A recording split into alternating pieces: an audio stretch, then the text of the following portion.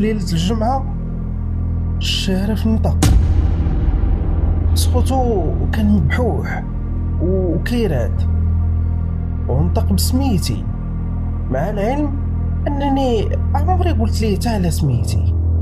وقال لي يا الطيب، واش نسيتي الخير؟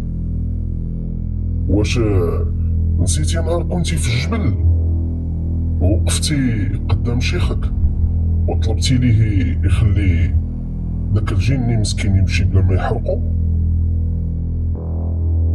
انا تصدمت وتسمرت في بلاصتي.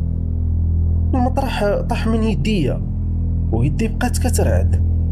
تفكرت ديك الليلة قبل سنين فاش كنت كنعاون شيخ الدوار في واحد الرقية اللي كانت صعيبة ديال واحد السيدة اللي كان ساكنها مارد من الجن، وماشي اي مارد،